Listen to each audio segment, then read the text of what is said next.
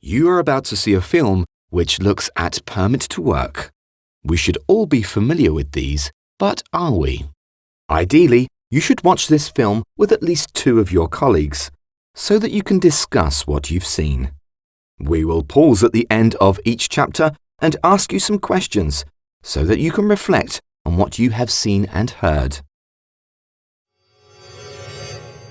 Permit to work systems are a regular part of working life on board ships. They ensure that crew members carry out proper planning for a given work task, and that they consider all associated risks and manage these by putting appropriate safety control measures in place. They also provide a means of communication and agreement between the person authorizing the work task and those carrying it out.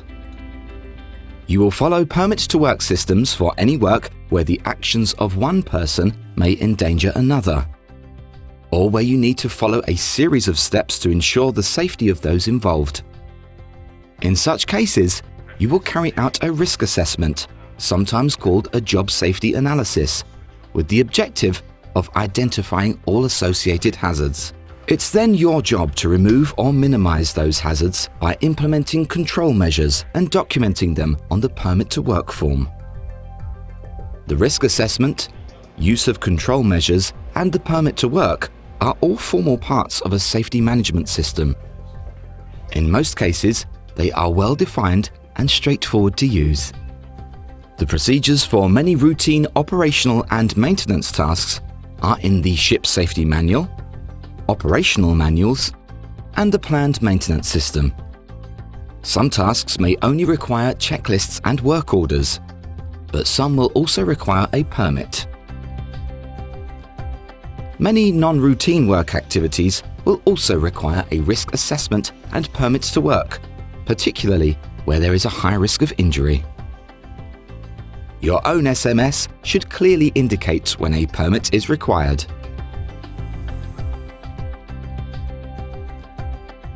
By itself, a permit to work does not guarantee the safe completion of a task. Other steps in the process need to be completed properly, and additional checks may be necessary.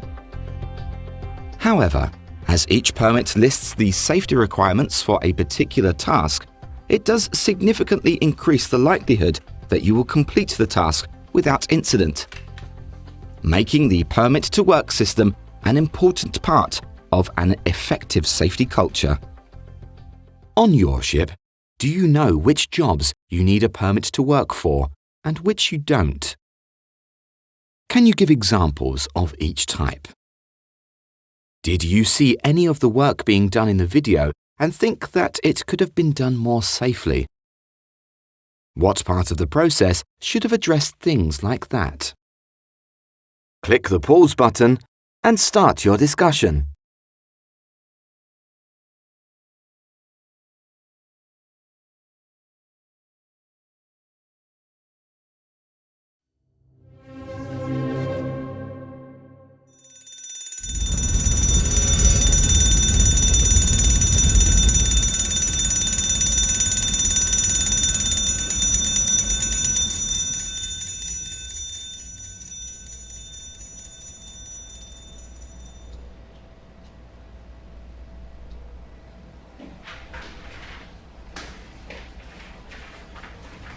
Morning, Captain.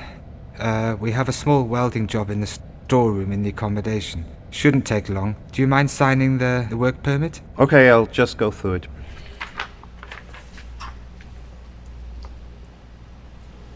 So, you want to weld some brackets in the general store? Mm-hmm. And are you sure that all the checks have been carried out properly? Of course, Captain.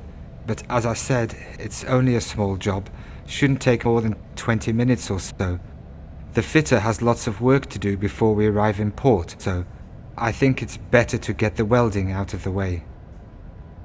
Have you moved the oil and garbage drums? I noticed they were on the other side of the bulkhead of the storeroom yesterday. Yeah, I think the bosun moved them. You think?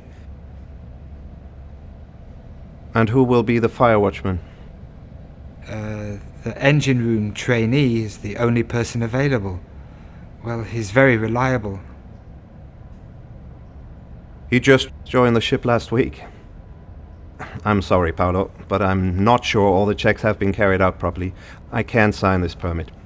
But the fitter is ready to start the job, and we have more weld... Paolo, do as the permit requires. That's all I ask. Okay, Captain.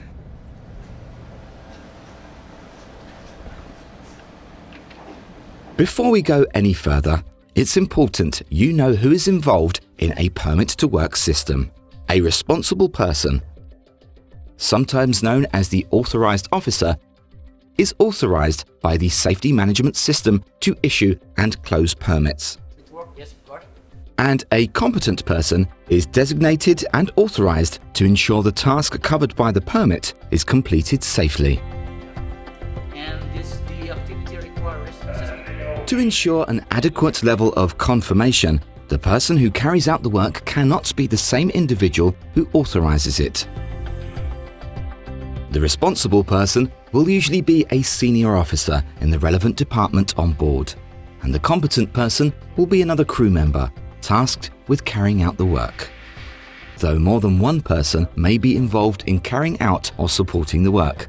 When this is the case, the permit will apply to all members of the work team. Each company has its own safety management system, which will operate in a slightly different way. Depending on the requirements of your SMS and the nature of the work, other people, such as the ship's safety officer or the captain, may have to countersign the permit to work. For some high-risk work tasks, you may need to send copies of the risk assessment and the permit to work forms to the management office for additional approval. Under the International Safety Management, or ISM code, it is the company's responsibility to ensure that their crews follow a permit to work system on board their vessels. However, it is your responsibility to follow the procedures and use the system safely and properly. There is an important principle in this chapter. You cannot issue a permit to yourself or when you are part of the team doing the work. Is this rule always followed on board your ship? Are there any situations where this rule can be difficult to follow? Click the pause button and start your discussion.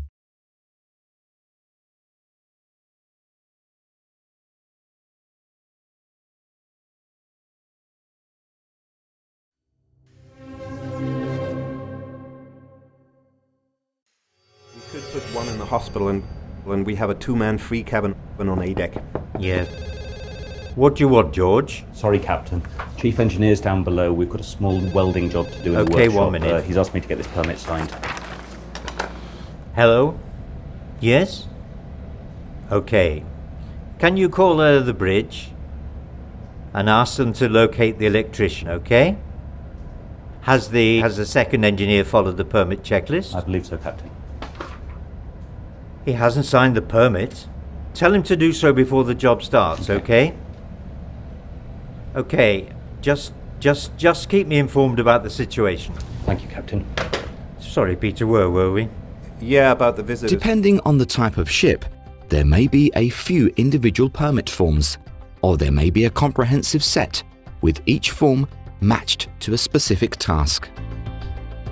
Typically, permits to work would be required on all vessels in the following circumstances: entry into enclosed spaces, work that requires testing the atmosphere for the presence of gas, hot work. Working at height or over the side. Electrical work, particularly high voltage. Working on deck in bad weather. And lifting operations and the use of lifting machinery. You might also need a permit to work when small crafts are working alongside, such as bunker barges. For maintenance or repair work on pipelines and pressure vessels, and during underwater operations. On your ship, you might need additional permits for other tasks, all of which should follow a similar format. Personnel on board play an important role in passing information onto the company safety manager, so that new forms can be developed and added to the safety management system where appropriate. If you're following the storyline, you'll have seen that the captain is really busy and accepts someone's word that checks will be carried out, rather than confirming that they have been carried out. The assumption that everything will be okay lies behind a lot of accidents.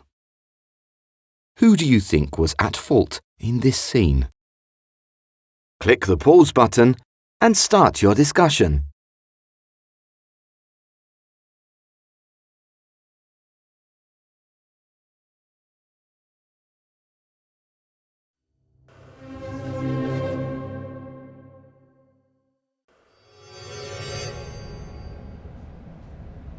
Morning, Captain. I know you're busy, but can we go through this permit again? Yeah, sure.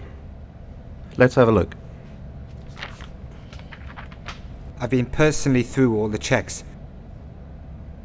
I've moved the drums you mentioned, and the third officer will act as the fire watchman. I've already briefed him about the job. Good. Has the firefighting equipment nearby been tested and the fire main pressurized? Yes, Captain. What about the arrangements for the ventilation? We have an extraction fan in the storeroom that we are going to use. Okay.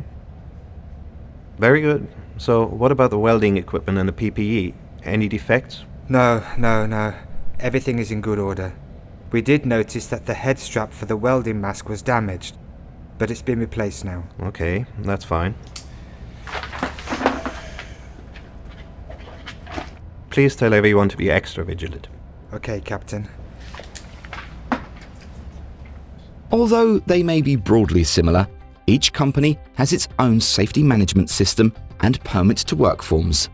You should always follow the procedures that apply to your own company and ship.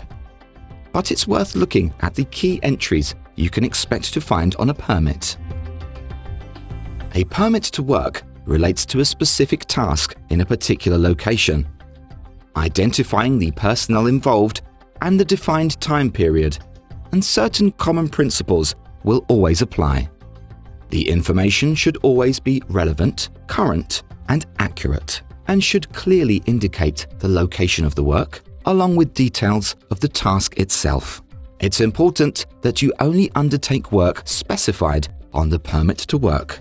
You should also record any preliminary tests you have carried out, the results obtained, and details of any control measures put in place to make the job safe. Your SMS will specify the period of validity and the time limits applicable, and you should always observe this limitation. Generally, this will not exceed a period of 24 hours. Permits to work will be numbered and dated for recording and filing purposes, and will commonly reference other documents, such as the risk assessment, a repair procedure, and gas-free certificates. They may also record relevant details about the equipment used for the task, such as calibration certificates for measuring instruments and the numbers of lockout/tagout devices. The permit to work will also contain the signatures of the responsible person, the competent person, and anyone else involved in the process. On board your ship, are there any parts of a permit to work that don't always get filled in correctly? What could be improved? Click the pause button and start your discussion.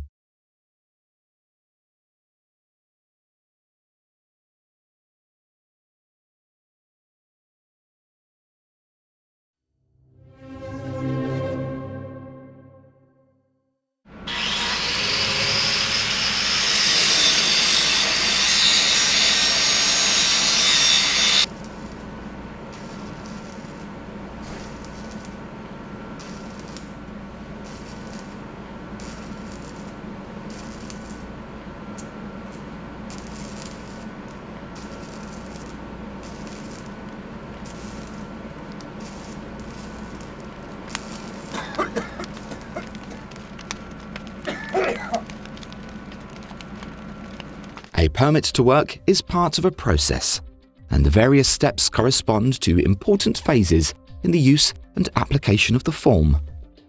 Only the responsible person can issue a permit by signing the appropriate box to assume responsibility for the task. This gives the competent person the authority to proceed.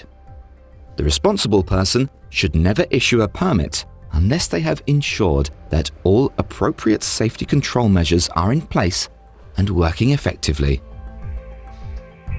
and that everyone involved has a full understanding of the task by holding a toolbox talk or safety briefing before the work begins. Check your SMS to see how many copies of the permit you will need. Typically, there will be one for filing and one posted at the worksite. The competent person should then countersign the permit to indicate their understanding of the job and the control measures in place. If you are unsure of anything, ask for further explanation. Once you have a thorough understanding, sign the form. Depending on your SMS, others may also have to sign the permit, such as the safety officer or captain. This indicates their awareness of the task and gives them the opportunity to confirm that everything is in order. With most tasks, the permit to work will remain in force until the work is completed, at which time you must withdraw all equipment and account for all people and tools. The responsible person cancels the permit by adding another signature in the appropriate box on the form, declaring that it is safe to restore the power and restarts the machinery and equipment. The permit may also include specific statements to confirm these items, which the responsible person needs to sign off. If any further work is required, you will require a new permit. There may be occasions where the responsible person may need to transfer the authority of a task to a different officer. Once they are fully aware of the conditions listed in the permit, the new responsible person signs the form to indicate the transfer of responsibility. If a new team takes over a larger task in progress, they will require a new permit to work, and it will be necessary to stop the job and conduct another toolbox talk or safety briefing. Your SMS will indicate what you should do with copies of the permit to work when a task is finished. This outlines the length of time on board copies will need to be retained and any requirement to forward a cancelled copy to the office. Many vessels destroy any additional copies of a cancelled permit in order to avoid any possible confusion, but you should always follow your company's procedures. We see that 5 years ago there were combustible materials left near the workplace, and that these caught fire. Who do you think was at fault for this? The authorized person, the competent person, or the person doing the job? If you were the person doing the job, what would you have done? Click the pause button and start your discussion.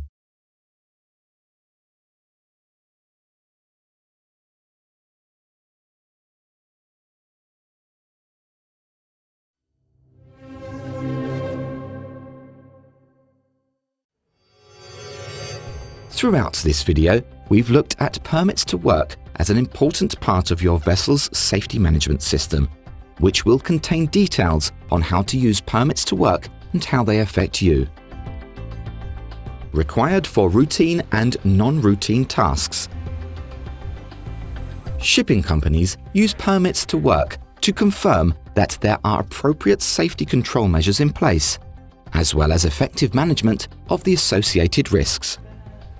Permits to work also provide a means of communication and agreement between the responsible person authorizing the task and the competent person or people carrying it out.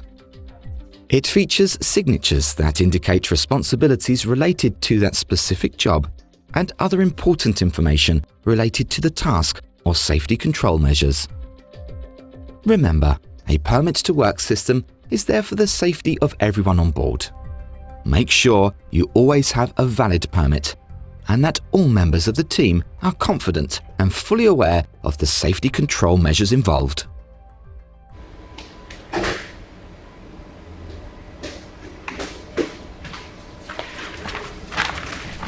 That's the welding in the storeroom complete, Captain. Okay. Captain? Yes? No, I just wanted to say that while Juan was doing the welding, I checked the other side of the bulkhead, and it was getting pretty hot, you know? So I think if we hadn't moved those drums you mentioned, they could have caught fire.